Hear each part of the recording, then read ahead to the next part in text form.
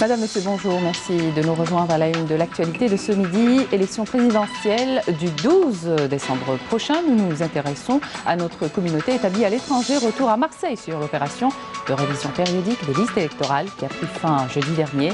Un engouement particulier de notre communauté a été enregistré.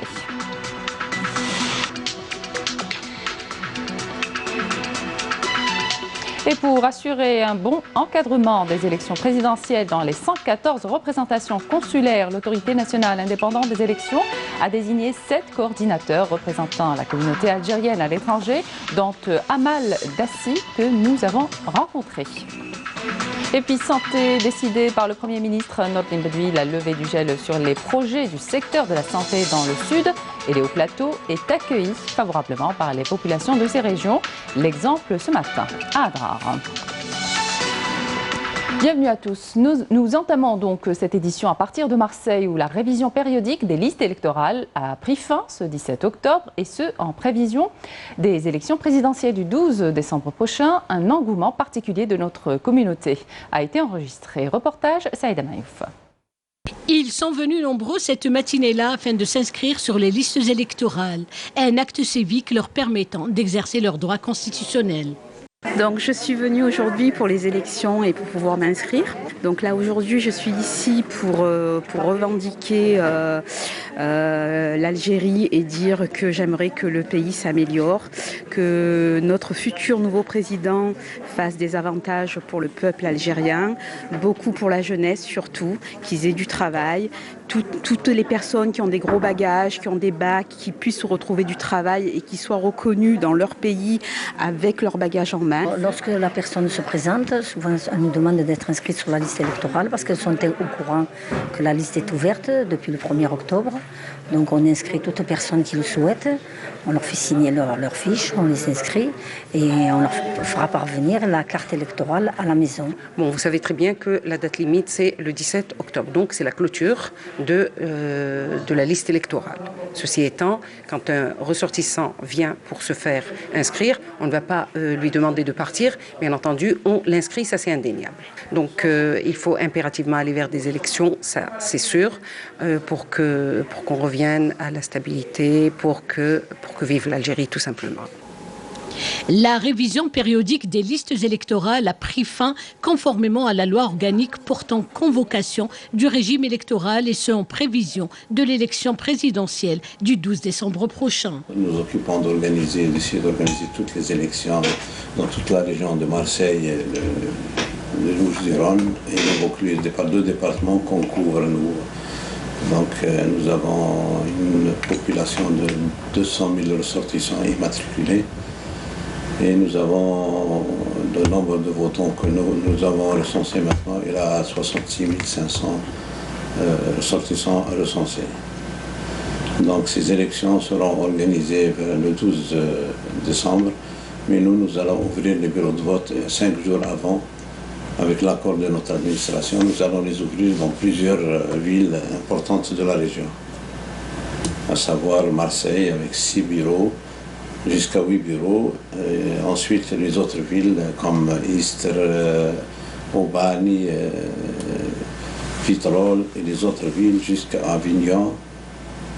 On va ouvrir dans chaque ville un bureau de vote. Nos ressortissants établis à Marseille partagent les mêmes vœux tant chéris par tous les Algériens, à savoir une Algérie prospère, une Algérie aux horizons prometteurs et au lendemain meilleur.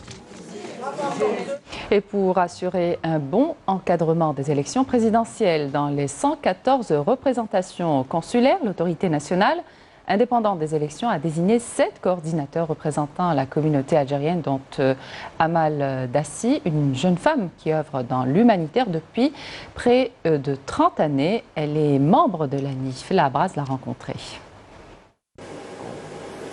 Elle, c'est Amal Dassi.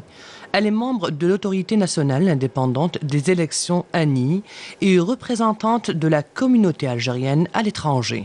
Amal Dassi, c'est une femme algérienne qui travaille dans l'humanitaire depuis près de 30 ans. Ma première expérience fut au Croissant Rouge algérien de 1996 à 2001.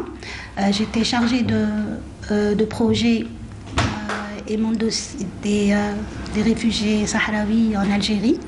Puis en 2001, je suis partie en France et j'ai continué à travailler dans l'humanitaire avec plusieurs associations, notamment Solimed Algérie, Solidarité médicale en action. Et nous avions organisé plusieurs caravanes médicales à Timimoun, en 2005, 2006, 2007. Puis j'ai travaillé avec Ateliers sans frontières, j'étais déléguée en Algérie, donc j'ai vécu un an de 2008 à 2009. Et l'année dernière, j'ai eu une offre pour travailler en Tunisie et je suis allée, j'ai travaillé au sein d'une ONG au nom de Enda Interarab. L'autorité nationale indépendante des élections est constituée de 3 commissions: juridique, communication et organisation. Amal Dassi fait partie de cette dernière. Elle a pris part à l'élaboration de plusieurs travaux. La préparation d'une procédure pour le choix des coordinateurs et des délégués dans les 48 wilayas. Donc nous avions étudié un processus pour désigner le nombre des délégués en fonction bien sûr des APC et de la population. Puis donc nous avons partagé avec tous les membres donc en plénière et il y a eu l'installation par la suite. Notre rôle à présent, c'est d'assurer la coordination et le suivi des coordinateurs avec leur équipe des délégués. En Algérie, après l'installation de tous les délégués au niveau des 48 wilayas, 7 autres délégués ont été nommés et seront installés à l'étranger en vue d'être à l'écoute de notre communauté et d'aboutir à la prochaine échéance présidentielle du 12 décembre. Nous avons 114 circonscriptions consulaires, ce qui équivaut à 114 bureaux d'élection. Nous avons 7 coordinateurs répartis comme suit. En France, 2 coordinateurs. Le reste de l'Europe, 1 coordinateur en Allemagne. Le Moyen-Orient, 1 coordinateur au Caire. Il y a 1 coordinateur en Asie, 1 coordinateur en Afrique et en Tunisie. Et le dernier coordinateur en Amérique. Notre objectif, c'est assurer, bien sûr, les élections dans la transparence et d'essayer d'avoir la confiance de la population pour qu'ils votent. Le projet de l'ANI s'inspire de la volonté du peuple et tend à organiser des élections libres en vue de choisir un président de la République. Et toujours à propos des préparatifs des élections présidentielles du 12 décembre prochain, une session de formation de 2 jours a été dispensée au profit des délégués du wilaya. Objectif, mettre à la disposition de ces délégués tous les mécanismes légaux et outils pratiques nécessaires afin de faciliter l'opération. Mounana Walhamoudi.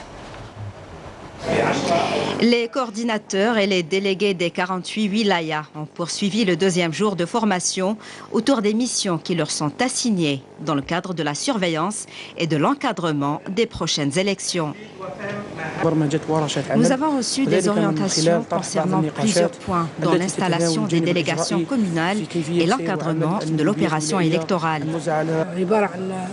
Cette formation nous a permis d'avoir une vision sur l'aspect pratique de l'opération électorale.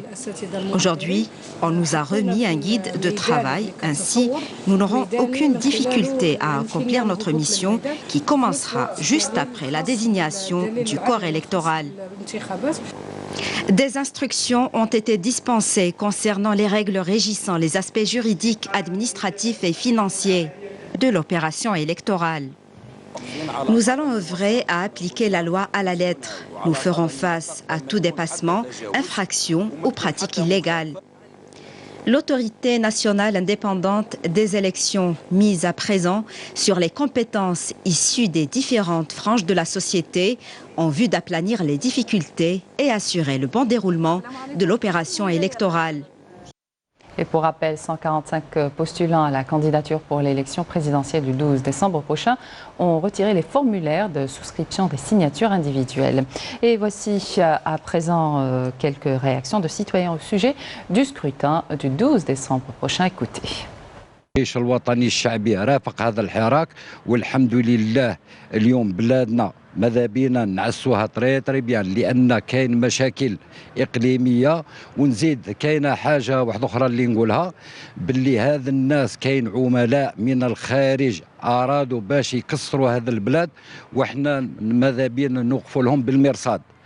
وعلى هذا الاساس نطلبوا من الشعب الجزائري باش يمشي بكثافه الانتخابات الرئاسيه يوم 12 ديسمبر حتى يكون عندنا رئيس منتخب. ماذا بين الانتخابات وماذا بين البلاد تكون مليحه، وحنا هنا في بلادنا نموتوا، نبغوا هذه البلاد اخويا. حتى هي نطلب من المسؤولين يقوموا بالبلاد. الانسان يكون صالح، ماذا بينا ونفوتوا ويخرج لنا راجل وكاع نخدموا ويتلقى خدمه للشبيبه، وهذا ما نتمنى. اخويا انا نفوتي، نتمناو الخير لبلادنا ان شاء الله. يجي واحد الرئيس يكون يبغي هذا الوطن، اللي يبغي هذا الوطن يسقد اخويا ويكون فيها خير. نتمناو الخير لبلادنا ان شاء الله. بالسيف اوبليغاتوار، ولا بد ما نقدوش نقعدوا بلا رئيس، ولا بد الشعب الجزائري يروح يفوتي والله يهدينا والله يجعل بلادنا تكون خير. ديجا اصلا بلادنا خير من البلدان. كل الفلاحين تاع ولايه اضرار انا مقبلين على الصندوق ان شاء الله، وحنا نشكروا الجيش الوطني الشعبي وقائد الاركان القايد صالح، هو اللي وصل البلاد لبر الامان وخرجها من الازمه اللي كانت راح توقع فيها. ورانا ماشيين معاها، ورانا من 12 ديسمبر انا كل بقوه الشعب رانا في الصندوق، ورانا مع القايد صالح. وتحيه للجيش وتحيه للجيش وتحيه للقايد صالح، رانا معاك القايد صالح. نشكروا الجيش وخاصه قائد الاركان القايد صالح، هو اللي راه قايد البلاد لبرد الامان. ونصح كاع اخواننا الجزائريين في الصحراء في الشمال ينتخبوا ماصي البلاد راه 12 ديسمبر، اللي يبغي الجزائر ويغير عليها 12 ديسمبر يشرفنا في الصندوق. يا سيدي راه كان القايد صالح الله يفتح علينا وعليه اللي وقف مع البلاد، ولا راه واقف معاها بجيشه بالطاقم نتاعو بالجنود بكل شيء. الله يجازيه خير، انا معاك الى الامام، وحنا عندنا مع هذه الانتخابات 12 ديسمبر ان شاء الله كاملين عندنا في الصندوق، ونخرجوا المترشح اللي عندنا باغيينه، وتمشي البلاد ان شاء الله بالخير، وكل امنيات تحقق ان شاء الله.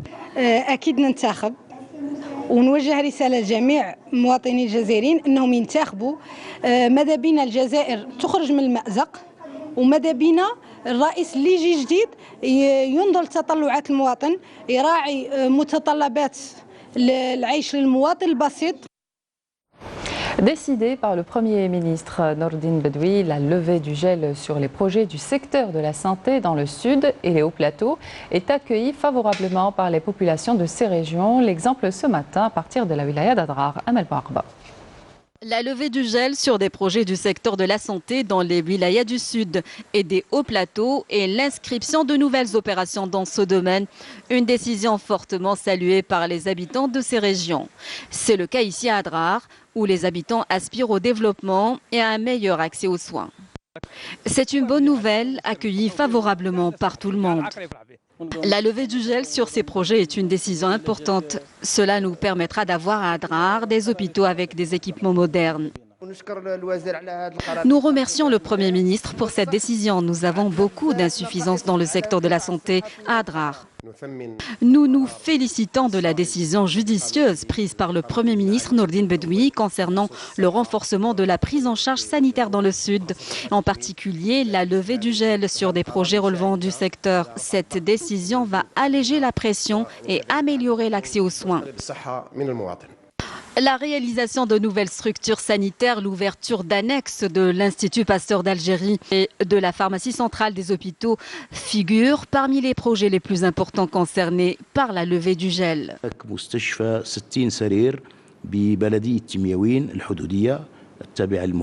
Parmi les projets, un hôpital d'une capacité de 60 lits dans la commune frontalière de Timiaouine, à Borj Badi Mourtar, ainsi que 3 établissements de santé de proximité. Il est question aussi de l'acquisition de cliniques mobiles et d'ambulances tout-terrain. Ce matériel sera destiné notamment à 2 hôpitaux de 60 lits chacun à Borj Badi Mourtar. Il s'agit aussi d'ouvrir de nouveaux services spécialisés comme le service d'ophtalmologie.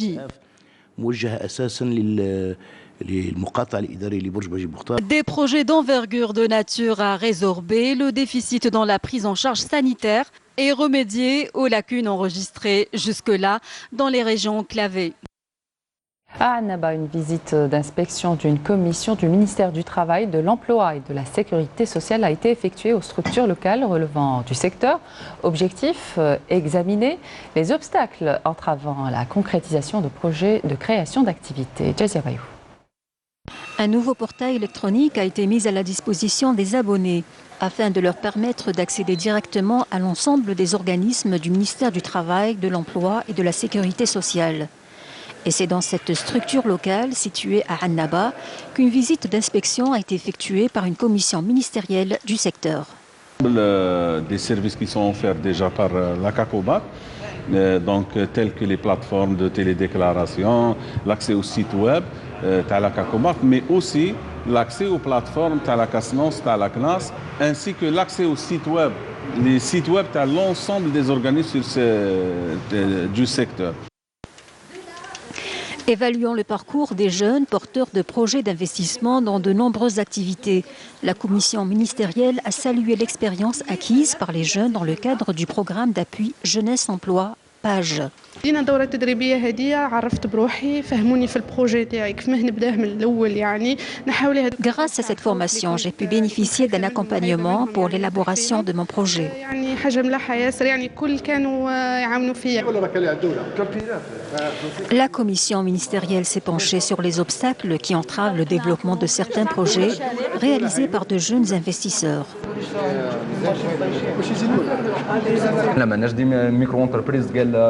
Il ne faudrait pas croire que nous sommes à la tête de grandes entreprises avec un important chiffre d'affaires.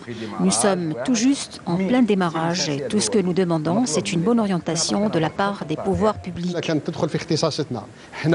Nous sommes dans l'obligation de répondre à toutes les préoccupations qui relèvent de notre secteur.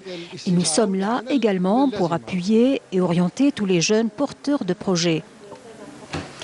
La commission ministérielle a également procédé au contrôle des structures locales de l'emploi et celles relevant de la Caisse nationale de sécurité sociale. Créé il y a de cela plus de 3 ans, le centre psychopédagogique de la ville de Khenchela répond largement aux besoins de prise en charge des enfants handicapés de la wilaya. Il permet d'accueillir près de 150 enfants âgés de 3 à 16 ans et souvent jusqu'à 18 ans. Reportage à Khenchela, Abdelmajid Bankassi. C'est une des structures socio-éducatives des plus importantes que compte la wilaya de Khenchela. Le centre psychopédagogique de cette ville de l'Est algérien est une véritable aubaine pour la prise en charge des enfants handicapés de Khenchela, mais aussi des localités voisines. Le centre accueille des enfants atteints de 3 types d'handicap, les autistes, les trisomiques et ceux qui présentent un handicap mental. Les élèves admis dans cet établissement sont généralement âgés entre 3 et 16 ans et des fois, on peut même les garder jusqu'à l'âge de 18 ans. Pour ce qui concerne notre travail, ça consiste en une prise en charge effective des enfants handicapés. Notre projet institutionnel consiste à élaborer une tâche très précise concernant les différentes sortes de groupes qui sont répartis selon le degré d'handicap. Chaque groupe, il y a une équipe pluridisciplinaire qui s'en occupe sur le déroulement du programme conçu pour ce genre d'handicap. Pour ce genre d'handicap, plus le degré d'handicap. Aujourd'hui, cet établissement accueille 144 élèves. 90 enfants sont pensionnaires à plein temps et 54 autres sont pris en charge en externat. Le suivi au sein de ce centre est assuré par une équipe pluridisciplinaire composée de 10 éducateurs spécialisés, 2 orthophonistes, un psychologue, un médecin généraliste et 2 assistantes sociales.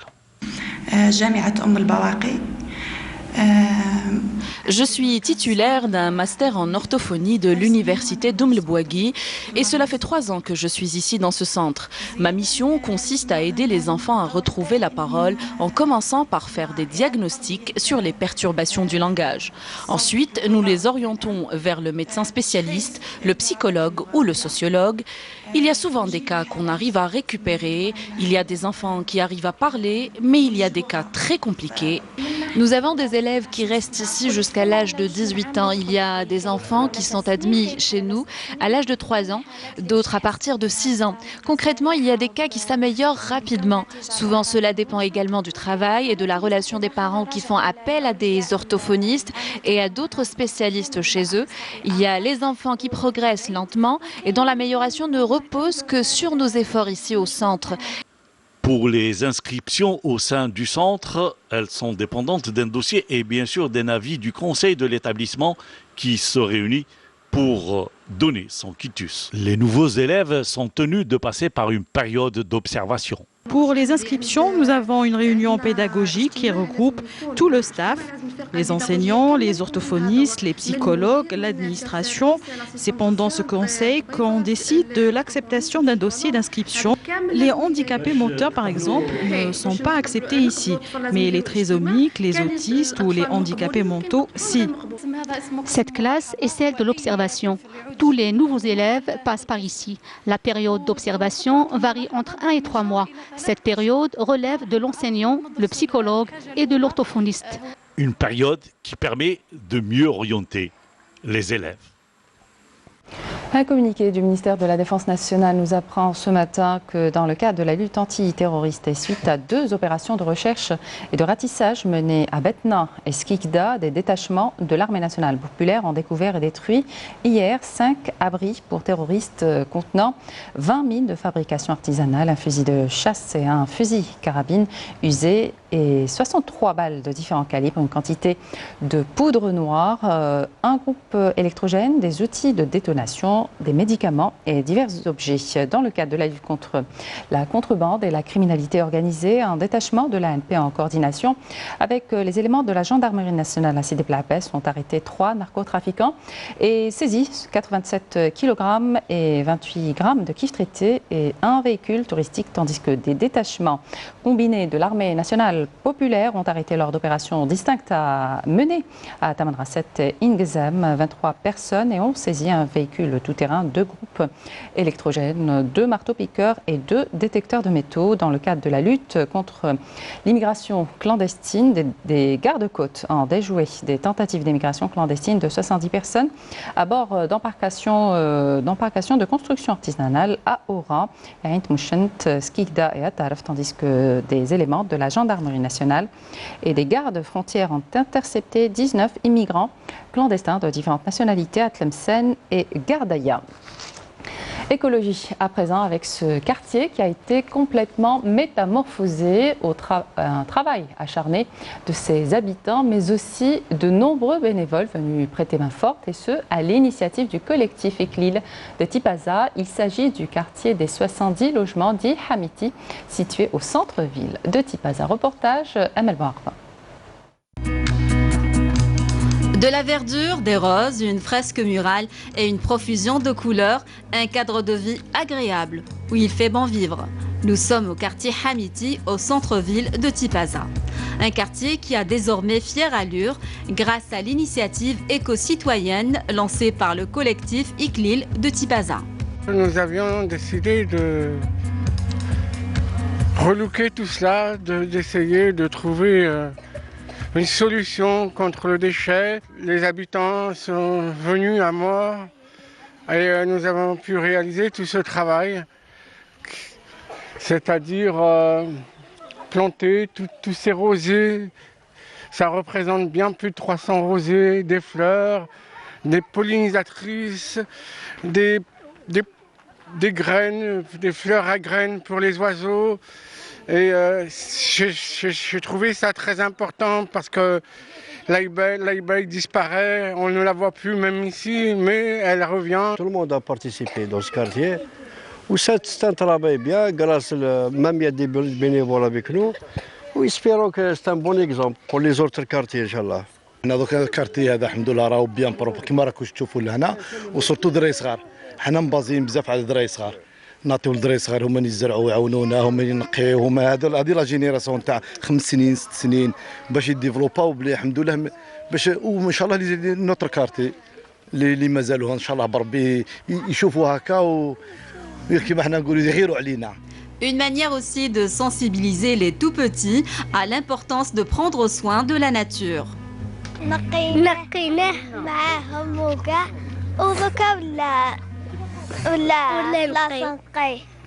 راهم متدخله للخرجه لي غوز وان شاء الله يبقى سيتي لي غوز حي الورود.